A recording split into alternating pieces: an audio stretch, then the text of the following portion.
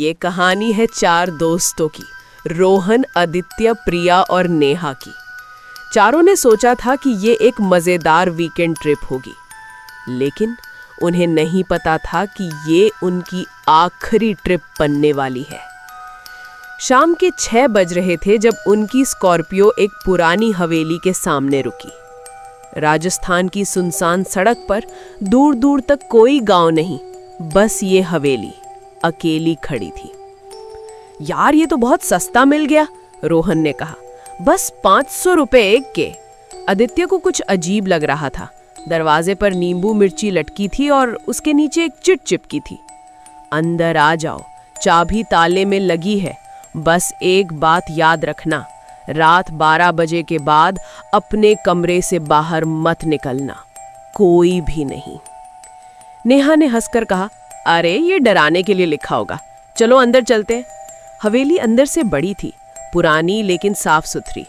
लेकिन हवा में एक अजीब सी बदबू थी, जैसे कुछ सड़ गया हो। दीवारों पर पुरानी तस्वीरें लटकी थीं। एक तस्वीर में एक खूबसूरत लड़की थी, करीब 20-22 साल की। नीचे लिखा था, माया देवी, 1952 से 1974। यार, ये तो बहुत छोटी उम्र में मर गई, प्रिया ने कहा। उन्हें नहीं पता था, माया मरी नहीं थी, उसे मारा गया था। चारों ने ऊपर के 2 कमरों में अपना सामान रखा। रोहन और आदित्य एक कमरे में, प्रिया और नेहा दूसरे में। खाना खाया, बातें की, हंसे, सब कुछ नॉर्मल था, जब तक घड़ी में 12 नहीं बजे। ठीक रात 12 बजे प्रिया की नींद खुल गई। कमरे में घुटन हो रही थी, एसी चल रहा था, फिर भी पसीना आ रहा था। तभी उसे सुनाई दी पायल की आवाज, धीरे धीरे, जैसे कोई गलियारे में चल रहा हो। प्रिया ने नेहा को जगाया। दोनों ने दरवाजे की झिर्री से बाहर देखा। गलियारे में एक औरत चल रही थी, पीठ उनकी ओर, सफेद फटी साड़ी, लंबे बिखरे हुए बाल, पैरों में भारी चांदी की पायलें।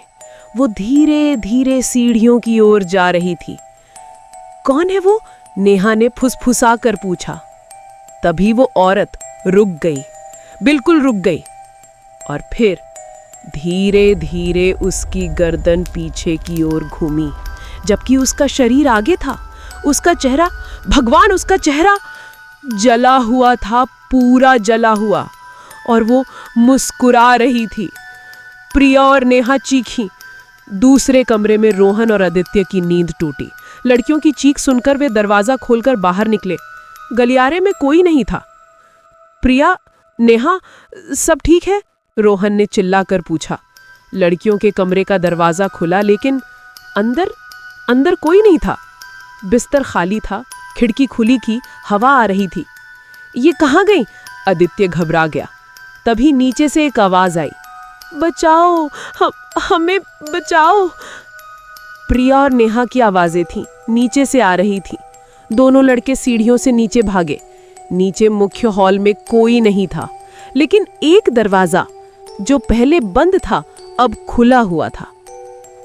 अंदर से लड़कियों की आवाजें आ रही थी, रोती हुई, चीखती हुई। रोहन और आदित्य ने एक दूसरे को देखा और फिर अंदर घुस गए। दीवारों पर खून के निशान और बदबू, भयानक बदबू।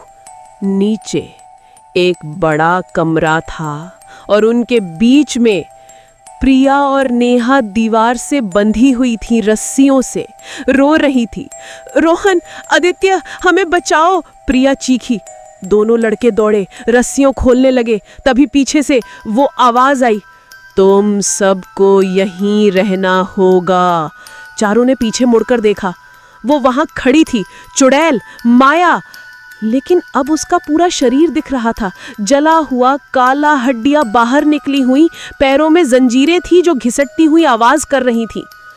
50 साल पहले गांव वालों ने मुझे चुड़ैल कहा, बिना किसी सबूत के, और फिर यहीं इसी तहखाने में मुझे बांध कर मुझे मरने के लिए छोड़ दिया।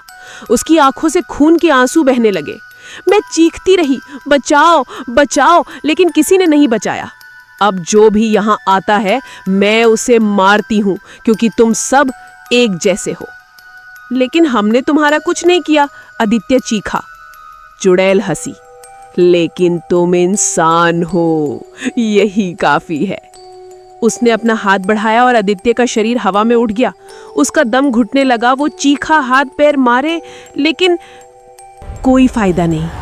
नीचे गिरकर उसकी गर्दन टूट गई, शरीर फर्श पर गिर गया, आंखें खुली रह गईं।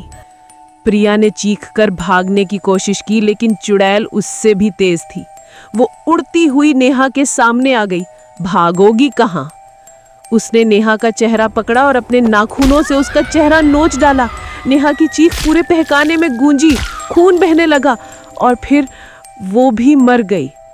अब बचे थे रोहन और प्रिया। प्रिया रो रही थी, प्लीज हमें जाने दो, प्लीज। लेकिन चुड़ैल के चेहरे पर कोई दया नहीं थी। जैसे मुझे किसी ने नहीं छोड़ा, वैसे ही तुम्हें भी नहीं छोड़ूंगी। उसने प्रिया को दीवार पर पटक दिया, इतनी जोर से कि प्रिया का सर फट गया, खून दीवार पर छलक गया। अब बचा था सिर्फ रोहन। वो कोने में डुबका हुआ था, कांप रहा था, रो रहा था। प्लीज मुझे मत मारो, प्लीज। चुड़ैल धीरे धीरे उसकी ओर बढ़ी। डर लग रहा है? अच्छा, मुझे भी लगा था, मैं भी चीख रही थी। वो रोहन के बिल्कुल पास आ गई, उसका चेहरा रोहन के चेहरे के सामने। अब तुम्हारी बारी। उसने रोहन का दिल सीधे उसके सीने से बाहर निकाल लिया अपने हाथों से। रोहन की आंखें फैल गईं, मुंह खुला रह गया और फिर वो भी गिर गया। चुड़ैल वहीं खड़ी रही, चारों लाशों के बीच, खून से लथपथ फर्श पर। अगले दिन सुबह पुलिस को फोन आया था। 4 युवकों की गाड़ी भानगढ़ गेस्ट हाउस के बाहर मिली थी, लेकिन अंदर कोई नहीं मिला। बस खून के निशान थे तहखाने में, और दीवार पर खून से लिखा था, अगला कौन? अगर तुम्हें कभी कोई जगह बहुत सस्ती मिले तो सोच लेना कि शायद वहां कोई तुम्हारा इंतजार कर रहा हो। अगर आपको कहानी पसंद आई हो तो कमेंट सेक्शन में अपनी राय जरूर बताएं और सब्सक्राइब करना ना भूलें।